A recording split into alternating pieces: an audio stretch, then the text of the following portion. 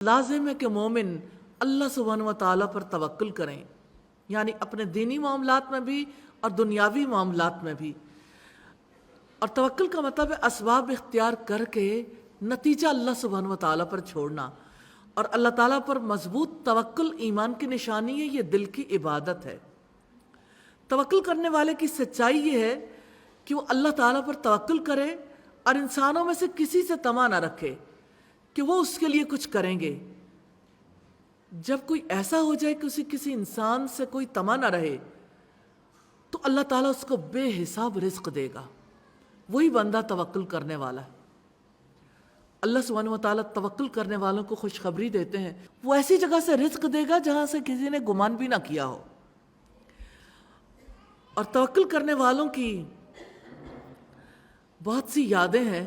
اللہ سبحانہ و تعالیٰ نے ابراہیم علیہ السلام کے توکل کرنے پر کیسے انہیں بڑھاپے میں اولاد دی، کیسے وہ اپنی بیوی کو بے آب و گیاہ وادی میں چھوڑ آئے تھے، جن کے لیے مکہ کی چٹانوں اور مکہ کے پہاڑوں کو اللہ سبحانہ و تعالیٰ نے گواہ بنایا۔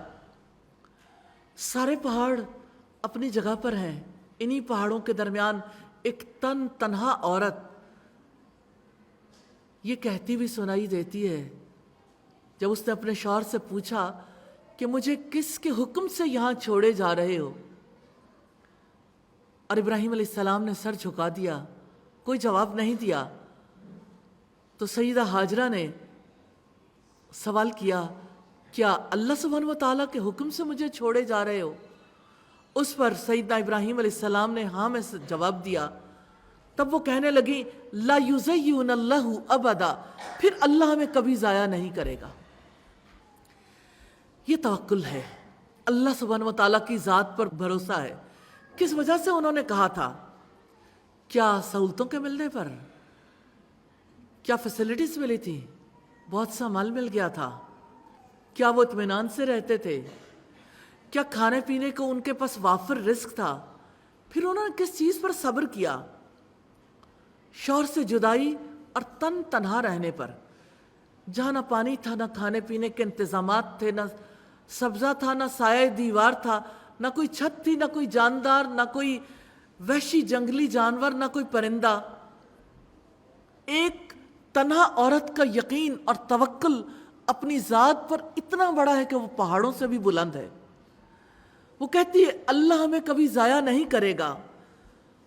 کوئی ان الفاظ کو لکھ سکتا ہے، بول سکتا ہے، دہرا سکتا ہے، لیکن اپنے آپ کو ذرا اس مقام پر رکھ کے دیکھیے، اتنا سکون، اتنا اطمینان، یہ ہے اللہ سبحانہ و تعالیٰ پر توکل۔ کوئی عورت ایسی ہو سکتی ہے، کوئی انسان اپنے رب پر ایسا توکل کر سکتا ہے۔ وہاں کوئی زیرو نہیں تھا، وہاں کی زمین کچھ نہیں اگاتی تھی، پانی بھی نہیں تھا۔ اللہ سبحانہ و تعالیٰ نے ان کے توکل کا کیسا صلہ دیا۔